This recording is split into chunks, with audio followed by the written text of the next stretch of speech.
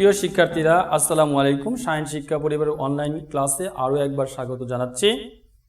আশা করি নিশ্চয়ই তোমরা ভালো আছো। আলহামদুলিল্লাহ আমিও ভালো আছি। প্রিয় শিক্ষার্থীরা, বিগত ক্লাসের ধারাবাহিকতায় আজকে আমরা আলোচনা করব লেটার বা বর্ণ।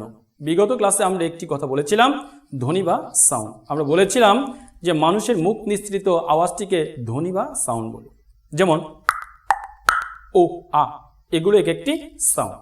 প্রিয় শিক্ষার্থীরা, তোমরা কি লক্ষ্য করেছো আমি যে কিছু সাউন্ড সৃষ্টি করলাম, এই সাউন্ডটার কি অস্তিত্ব এখন আছে? নেই। এটা কি হয়েছে? মানুষের মুখ নিঃসৃত সাউন্ডটি বাতাসের সাহায্যে তাৎক্ষণিকভাবে মিলিয়ে গেছে। এটাকে স্থায়ীভাবে ধরে রাখার জন্য আমাদের অবশ্যই কতগুলো সাংকেতিক চিহ্ন বা প্রতীক ব্যবহার করতে হয়। ধ্বনিকে স্থায়ীভাবে ধরে রাখার জন্য যে সকল সাংকেতিক চিহ্ন বা প্রতীক বলা হয় তাকে বলা হয় লেটার বা বর্ণ। ইংরেজিতে এই লেটার বা বর্ণ তিন প্রকার। লেখার পদ্ধতি অনুযায়ী লেটার বা বর্ণ তিন প্রকার, যথা: 1 capital letter, number 2 small letter and the last one cursive letter. প্রিয় শিক্ষার্থীরা, তোমাদের লেখার পদ্ধতিটা আমরা এখানে একটু প্রদর্শন করছি। Capital letter A B C D, small letter A B C D। একটু খেয়াল করো কার্সিভ লেটারগুলো কিভাবে লেখা হয়, A B C D। প্রিয় শিক্ষার্থীরা, তোমরা অনেকেই ছোটবেলা থেকেই এগুলো শিখে আসছো। এখন প্রশ্ন করতে পারো, স্যার এই বয়সে এসে এই উপর ক্লাসে আমরা এই লেটার শিখবো? হ্যাঁ, অবশ্যই শিখতে হবে, কারণ তোমরা বিগত সময়ে যেগুলো শিখেছো তার মধ্যে তোমাদের 50% ভুল ছিল। উদাহরণস্বরূপ, আমি যদি আজকে ইংরেজিতে এ থেকে জেড পর্যন্ত 26টি লেটার বা বর্ণের উচ্চারণ তোমাদেরকে বলতে বলি, তোমরা অনেকেই প্রায় বলতে গেলে 60%ই ভুল করবে। প্রিয় শিক্ষার্থীরা, যেহেতু আমরা উপর ক্লাসে প্রবেশ করেছি, আমাদের উচ্চারণ, আমাদের বাচনভঙ্গি সব কিছুই একটু হাই হবে। সেই ক্ষেত্রে আমি তোমাদের সুবিধার জন্য ইংরেজিতে এ থেকে জেড পর্যন্ত 26টি লেটার এর সঠিক উচ্চারণটা একটু বলে দিচ্ছি। তোমরা কি করবে, আমার বলার সময় কান খুব মনোযোগ সহকারে কান দিয়ে শুনবে এবং আমার ফেসের দিকে তাকিয়ে কোন লেটারটা কোথা থেকে সৃষ্টি হচ্ছে বা উচ্চারিত হচ্ছে সেটা একটু খেয়াল রাখবে। প্রিয় শিক্ষার্থীরা, আমি ইংরেজির লেটারের বা অ্যালফাবেটের সঠিক প্রোনাউন্সিয়েশনটি তোমাদের সম্মুখে উপস্থাপন করার চেষ্টা করছি। যেমন এ, আমরা বলে থাকি এ না, এই শব্দটা বর্ণটা সঠিক উচ্চারণ হচ্ছে এই। এরকম আমরা কাউকে যদি ডাকি, দৃষ্টি আকর্ষণ করি, কি বলি? এই। যেরকমটি আমরা বলি ঠিক এই এভাবে উচ্চারণ করব। B C D E F, একটি প্রবলেম লেটার এফ, যেটা উচ্চারণের ক্ষেত্রে আমাদের নিচের ঠোঁটের সাথে উপরের দাঁতটা মিলাতে হবে এবং বাতাস বের করে দিতে হবে। যেমন F, fan, fine, Fox. G H I, আমরা অনেক আই বলি, নট আই, আই। অথবা আমরা চোখের যে ইংরেজি শব্দটা জানি আই, সেরকম আই।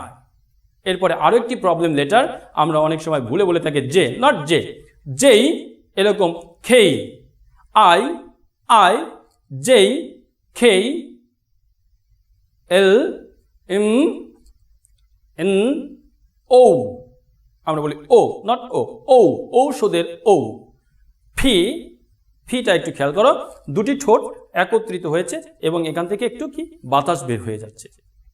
এফ এবং ফি দুটার উচ্চারণ কিন্তু একরকম নয়, এবং এগুলো দিয়ে গঠিত শব্দগুলোও কিন্তু উচ্চারণ একরকম নয়।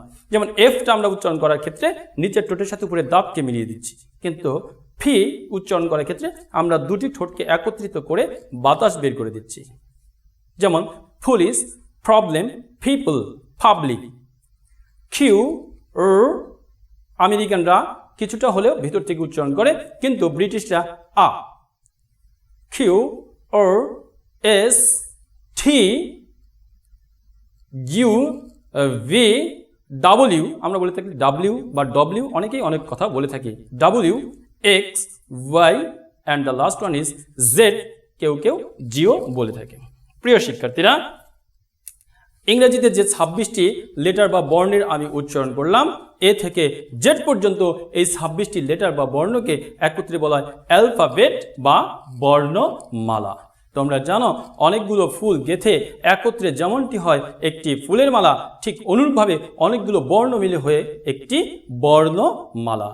সুতরাং আমরা বলতে পারি ইংরেজিতে এ থেকে জেড পর্যন্ত যে 26টি লেটার বা বর্ণ রয়েছে যাকে একত্রে বর্ণমালা বলে। বর্ণমালা দুই প্রকার, এক ভাওয়েল বা স্বরবর্ণ, দুই কনসোনেন্ট বা ব্যঞ্জন বর্ণ। প্রিয় শিক্ষার্থীরা, এবার আমরা ভাওয়েল কনসোনেন্ট সম্পর্কে একটু ধারণা নেব। ভাওয়েল যেসব লেটার উচ্চারণের সময় অন্য কোনো লেটার বা বর্ণের সাহায্যের প্রয়োজন হয় না তাদেরকে ভাওয়েল বলে। ইংরেজিতে ভাওয়েল হচ্ছে 5টি, এগুলো হচ্ছে এ, ই, আই, ও, ইউ। এই পাঁচটি বর্ণ কখনোই অন্য বর্ণের সাহায্য নিয়ে উচ্চারিত হয় না, এরা একা একাই উচ্চারিত হয়। এরপরে কনসোনেন্ট, যেসব লেটার ভাওয়েল এর সাহায্য ছাড়া উচ্চারিত হতে পারে না তাদেরকে কনসোনেন্ট বলে।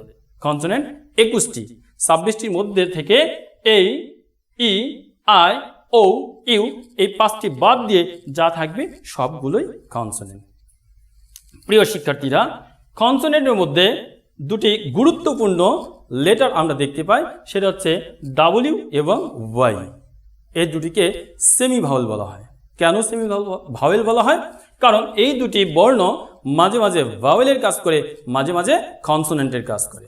কখন ভাওয়েলের কাজ করে আর কখন কনসোনেন্টের কাজ করে। প্রিয় শিক্ষার্থীরা, যখন ডাব্লিউ এবং ওয়াই কোনো ওয়ার্ডের শুরুতে বসে তখন তা কনসোনেন্টের কাজ করে, আর যখন কোনো ওয়ার্ডের মাঝে বা শেষে বসে তখন তা ভাওয়েলের কাজ করে। প্রিয় শিক্ষার্থীরা, উদাহরণটি একটু খেয়াল করো। প্লে, এখানে প্লে শব্দের শেষে ওয়াই আছে। এখন তোমাকে যদি প্রশ্ন করা হয় এখানে ওয়াইটা কি, নিঃসন্দেহে এটি একটি ভাওয়েল, কারণ আমরা কিছুক্ষণ আগেই বলেছি ওয়াই যদি কোনো ওয়ার্ডের শেষে থাকে তাহলে তা ভাওয়েলের কাজ করে। এখানে আমরা দেখতে পাচ্ছি কাউ, এই কাউ বানানের ডাব্লিউটা ওয়ার্ডের শেষে রয়েছে, সুতরাং এখানে W is used as a vowel.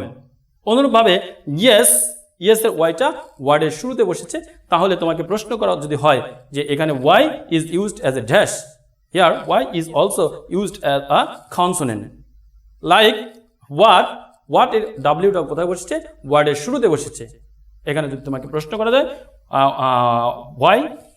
What এর ডাব্লিউটা কি হিসেবে ব্যবহৃত হয়েছে, তোমরা উত্তর দেবে কনসোনেন্ট হিসেবে ব্যবহৃত হয়েছে। প্রিয় শিক্ষার্থীরা, আমরা ওয়ার্ডের শেষে দেখলাম, শুরুতে দেখলাম। যদি মাঝে থাকে তাহলে কি হবে? মাঝে যদি থাকে তাহলে তা ভাওয়েলের কাজ করে। মাঝে কিভাবে থাকতে পারে? যেমন আমি যদি দুটি ওয়ার্ড লিখি, একটু খেয়াল করো। একটা হচ্ছে টু আই। এই দুটি ওয়ার্ডের মধ্যে আমরা প্রথম ওয়ার্ডে ডাব্লিউটা ওয়ার্ডের মাঝখানে দেখতে পাচ্ছি। আমরা কিছুক্ষণ আগেই বলেছি যদি মাঝখানে থাকে তাহলে তা ভাওয়েলের কাজ করে, আর যদি শেষে থাকে তাহলে ভাওয়েলের কাজ করে। আমরা সেই রকম উদাহরণ দিয়েছিলাম। এবার আমরা ওয়াই এবং ডাব্লিউ ওয়ার্ডের মাঝখানে দেখতে পাচ্ছি, এখানে ওয়াই এবং ডাব্লিউ ভাওয়েলের কাজ করেছে। প্রিয় শিক্ষার্থীরা, আশা করি লেটার সংক্রান্ত ক্লাসটি তোমাদের ভালো লেগেছে। আর যদি আমাদের ক্লাসগুলো ভালো লাগে তাহলে অবশ্যই তোমরা আমাদের চ্যানেলটি সাবস্ক্রাইব করবে এবং আমাদের সাথে যুক্ত থাকবে। তোমাদের প্রতি আবারও শুভকামনা রাখি আজকের মতো এখানে শেষ করছি। আসসালামু আলাইকুম ওয়া রাহমাতুল্লাহ।